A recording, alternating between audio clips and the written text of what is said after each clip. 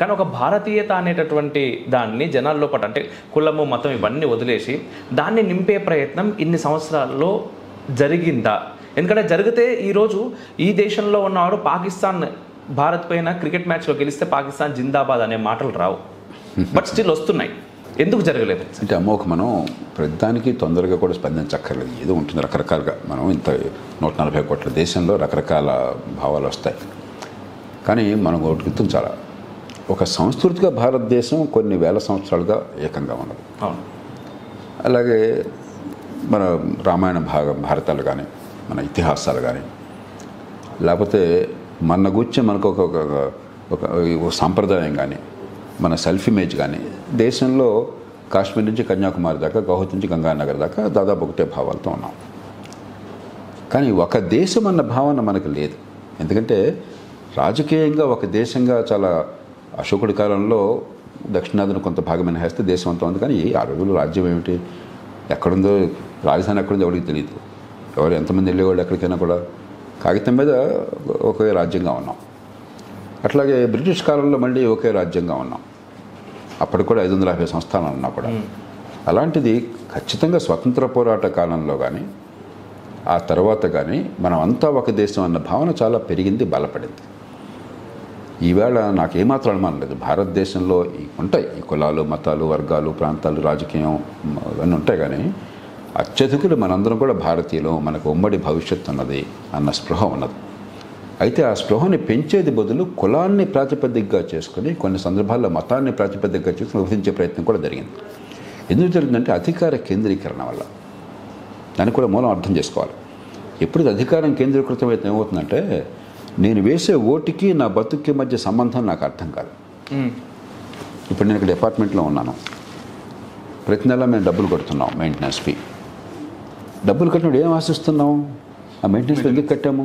ఆ టీంని ఎందుకు ఎంచుకున్నాం? మేము లిఫ్ట్ బాగా పనిచేయాలి, వాటర్ సప్లై నాకు ప్రతి ఇంటికి రావాలి, నీళ్ళు అందాలి, కారిడార్ అంతా బాగుండాలి, కారిడార్ బాగుండాలి, బయట పార్కింగ్ బాగుండాలి.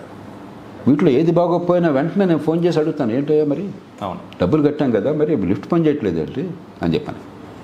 అప్పుడు ప్రజాస్వామ్యం బతుకుతుంది. అది నిజమైన ప్రజాస్వామ్యం. అంటే నా ఓటుకి అర్థం ఏంటి, దాని నుంచి నాకేం జరగాల, పన్నులు ఎందుకు కడుతున్నాను, ఎప్పుడు నష్టపోతున్నాను, ఎప్పుడు బాగుంది, అది అర్థమైతే ప్రజాస్వామ్యం. మనం ఏం చేసాం, ఇది అర్థం కాకుండా చాలా కేంద్రీకరించిన ప్రజాస్వామ్యం. మొదట్లో ఢిల్లీకే పరిమితమైంది, తర్వాత రాష్ట్రాలకు వచ్చింది. కానీ రాష్ట్రాలు కూడా ప్రపంచంలో చాలా దేశాల కంటే చాలా చాలా పెద్దవి మన రాష్ట్రాలు. స్థానికంగా ప్రభుత్వం కావాలి. దాదాపు అన్ని విషయాలు మనకు అవసరమైన స్థానికంగా నిర్ణయం కావాలి. అప్పుడేమవుతుందంటే నా కులాన్ని, నా మతాన్ని దాటి నా బతుకుని గురించి ఆలోచిస్తాను. నాకు ఇంట్లో జబ్బు చేస్తే ఎవరికైనా కుటుంబంలో ఒక డాక్టర్ కావాల్సి వస్తే ప్రాణాన్ని కాపాడడం కోసం నేను ఆలోచించేది నా బిడ్డ ప్రాణాలని కాపాడే డాక్టర్ అవ్వడం, కానీ వాడి కులం గురించి మాట్లాడను. ఎందుకంటే నాకు చాలా స్పష్టంగా నా వ్యక్తి ప్రయోజనం నాకు అర్థమవుతుంది. మనం అట్లాంటి వ్యవస్థ నిర్మాణం చేయలేం. కాబట్టి గుడ్డెద్దు చేయబడ్డట్టుగా బలో స్వతంత్ర భారత్కి జై, లేకపోతే ఈ కులం, లేకపోతే ఈ మతం, లేకపోతే డబ్బు, ఆ డబ్బు మంచిగా డబ్బు, లేకపోతే తాయిలాలు, అలా అయిపోయిన సమాజంలో ఈ అపస్థితులు తొలగడం అనివార్యం. కాబట్టి దీన్ని ఎదుర్కోవాలి అంటే దేశ ఐక్యతని కాపాడుతూ, జవాబుదారితనాన్ని పెంచుతూ, పారదర్శకతను పెంచుతూ, రోజువారీగా జీవితంలో అవసరమైన అంశాలు మన చుట్టూ నిర్ణయం ఏర్పాటు ఉన్నట్లయితే తప్పులు జరిగినా పర్లేదు. అప్పుడు జనం ప్రతిఘటిస్తారు, విషయం నేర్చుకుంటారు. అప్పుడు ప్రజాస్వామ్యంలో మతం, కులం ప్రాతిపదికన జనాన్ని సమీకరించే అవసరం తగ్గుతుంది. మనం ఇంకా ఆ స్థాయికి రాలా. మన ప్రజాస్వామ్యం బలమైనది, నిజమైనది, కానీ ఇంకా లోతైనది కాదు, ఇంకా పరిపక్వమైనది కాదు. అండ్ జనాల లోపల కూడా ప్రశ్నించే తత్వం ఇంకా పెరగాలేమో అనేది నా భావన సార్. ఖచ్చితంగా. కానీ ఇప్పుడు ఎవరిని ప్రశ్నిస్తారు? అదే ఇప్పుడు ఫర్ ఎగ్జాంపుల్ నా ఇంటి ముందు మోరీలు ఉన్నది, అక్కడ దోమలు ఎక్కువ వస్తూ ఉన్నాయి. ఆ వచ్చే వార్డ్ మెంబర్ను పట్టకుండా దాని గురించి కూడా నేను PM మోదీ గురించే మాట్లాడతా ఇక్కడ కూర్చొని. ఎగ్జాక్ట్, మీరు చాలా కరెక్ట్గా చెప్పారు. ఇవి అసలు బ్రహ్మాండ మాట ఎత్తారు. మన దేశంలో ప్రజలకి మున్సిపాలిటీకి ఓటేస్తున్నామా, పంచాయతీకి వేస్తున్నామా, అసెంబ్లీకి వేస్తున్నామా, లోక్సభకి వేస్తున్నామా, ప్రజల మనసుల్లో తేడా లేదు, తెలియదు. గుడ్డెద్దు చేలబట్టట్టు ఓటేస్తున్నాం. అందుకనే ఓ పక్కన బలమన్నా కూడా బలహీనతలు గుర్తించాలి. దాంతో ఏమవుతుంది, మున్సిపల్ మోరీలు ఇప్పుడు మీరు విచిత్రం, కార్పొరేటర్ని అడిగితే ఆయన ఏమంటాడు తెలుసా, నా మాట ఎవరు వింటలేదు సార్ అని చెప్పి అంటాడు. నేను శాసనసభ్యుడిగా ఉండగా ఈ కార్పొరేటర్లు అలాగే వచ్చేవాళ్ళు. దానిలో నా పార్టీ వాళ్ళు ఎవరు లేరు, ప్రజలు అనుకుందా వేరే పార్టీలు వాళ్ళని. కాబట్టి నా నియోజకవర్గంలో వాళ్ళతో కార్పొరేట్ వేరే పార్టీ వాళ్ళు వచ్చేవారు. మీరు అది సమస్య వాళ్ళు తీసుకొచ్చేది మున్సిపాలిటీ సమస్య. నేను చెప్పేవాడిని వాళ్ళకి, ఏమండి కార్పొరేషన్ సమస్య అది, మీరు కార్పొరేషన్లో ఎన్నికైన సభ్యులు, మీకు అక్కడ హక్కు బాధ్యత రెండు ఉన్నాయి. నేను అసలు ఆ సమావేశాలకు కూడా నన్ను నిర్ణయం చేసుకున్నాను. నేను హైదరాబాద్ మున్సిపల్ కార్పొరేషన్ పెట్టి ఒక్కటి కూడా అటెండ్ కాల. ఒక ప్రిన్సిపల్గా ఎమ్మెల్యేకి స్థానిక ప్రభుత్వంలో జోక్యం ఉండకూడదు నేను నమ్మేవాడిని. ఎట్లాగైతే ఎంపీకి రాష్ట్ర ప్రభుత్వంలో జోక్యం ఉండకూడదో, ఎమ్మెల్యేకి స్థానిక ప్రభుత్వం వేరు.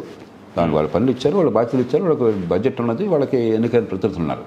అందుకని మేయర్గా 2 నిమిషాలు ఫోన్ చేసేది, మీరు వస్తే కొంచెం నిండుగా ఉంటుందండి, మీరు స్థానిక ప్రభుత్వాన్ని బాగా బలపరిచే మనిషి, మీరు రండి అని చెప్పంటే, మీతో కూర్చోడానికి అభ్యంతరం లేదుగా, నా సభలో నేను కూర్చోను, ఎందుకంటే నా జోక్యం ఉండకూడదు అక్కడ, నా వల్ల పెద్ద మార్పు వస్తుంది, కనీసం ఒక స్టేట్మెంట్ ఉండాలి నా నుంచి అని చెప్పి నేను ఎప్పుడు ఏనాడు వెళ్ళాలి. నేను వాళ్ళు చెప్పేవాడు, నేను ఆ మీటింగ్కి కూడా వెళ్ళాను. నేను మీరు ఎందుకు నిలబెట్టి, మా మాట ఎవరు వింటారు సార్, మీరు చెప్తే వింటారు సార్, నిర్వీర్యం చేసి పారేసాం స్థానిక ప్రభుత్వాన్ని. దాంతో ఏమవుతుంది, ఈ బాధ్యత అంతా కూడా రాష్ట్ర స్థాయి జాతీయ స్థాయికి ప్రజల మనసులో ఎడుతుంది. కానీ నిర్ణయం అక్కడ లేదు. హైదరాబాద్ నగరంలో ట్రాఫిక్ బాగోకపోతే మోదీ గారి చేతుల్లో ఏమీ లేదు, అది పూర్తిగా రాష్ట్రం చేతుల్లో ఉంది, ఇక్కడ పోలీస్ చేతుల్లో ఉంది. మీ ఎదురుగా మోరీలో దోమలు వస్తుంటే రాష్ట్రం చేతుల్లో కూడా ఉండకూడదు, మీ మున్సిపాలిటీ చేతుల్లో, మీ పంచాయతీ చేతుల్లో ఉండాలి. వాళ్ళని బాధ్యులుగా చేయాలి, వాళ్ళకి అధికారం ఇవ్వాలి, వాళ్ళని బాధ్యులుగా చేయాలి, జనం నిలబెట్టాలి, గొంతు పుచ్చుకోవాలి. అప్పుడు ప్రజాస్వామ్యం బాగుపడుతుంది. అవేం లేకుండా బలో అంటూ ఓటేస్తున్నాం, మనం ఎందుకు వేస్తున్నాం మనకే తెలియదు. అందుకే ఓటుకి డబ్బులు కానీ, అందుకే తాయిలాలు కానీ, తాత్కాలికమైన తాయిలాలు కానీ, అందుకే కులం మతం కానీ అవసరం ఎందుకు వచ్చింది అని చెప్పంటే, నా ఓటుకి నా బతుక్కి మధ్య సంబంధం తెగిపోయినప్పుడు, ఎవరు కొట్టేసిన తేడా లేనప్పుడు, చచ్చునుడి పెళ్ళికి వచ్చిందే కట్నం డబ్బు తీసుకుంటున్నాను, తాత్కాలికమైన తేడాలు లొంగిపోతున్నాను, ఎందుకంటే జరగాల్సిన పని మోరీలు ఎలాగో దాన్ని బాగు చేయటం లేదు, దోమలలాగా ఆపట్లేదు వాళ్ళు. కాబట్టి ఏదో ఖచ్చితంగా నాకు అందేది, ఫ్రీగా వాటర్ ఇస్తాను, ఫ్రీగా పవర్ ఇస్తాను, ఫ్రీగా మరొకటి ఇస్తాను, అలా డబ్బులు ఇస్తాను అంటే లొంగిపోతున్నాను నేను. నాకు ఖచ్చితంగా అర్థమవుతుంది కాబట్టి కంటికి. ఇవన్నీ కాకపోతే కులం మతం ఉన్న సమాజం కాబట్టి అవి రాగానే మనకు ఆవేశం వచ్చేస్తుంది, పౌరుషం వచ్చేస్తుంది, దాన్ని ఉపయోగిస్తున్నారు. కాబట్టి దాని వెనకాల మౌలికమైన కారణం ఈ మొత్తానికి అధికార కేంద్రీకరణ, 3వ అంచె ప్రభుత్వాలను బలహీనం చేయటం, నిర్వీర్యం చేశాం, పేరుకి తప్ప ఉత్సవ విగ్రహాలు. నిజం. శత్రుమూకల చెర నుండి దేశ రక్షణ నీ ధ్యేయమైతే నీ అవసరం ఇక్కడుంది. Please do subscribe, like and share. దద్దరిల్లేలా పక్కనున్న గంట కూడా కొట్టుర్రి.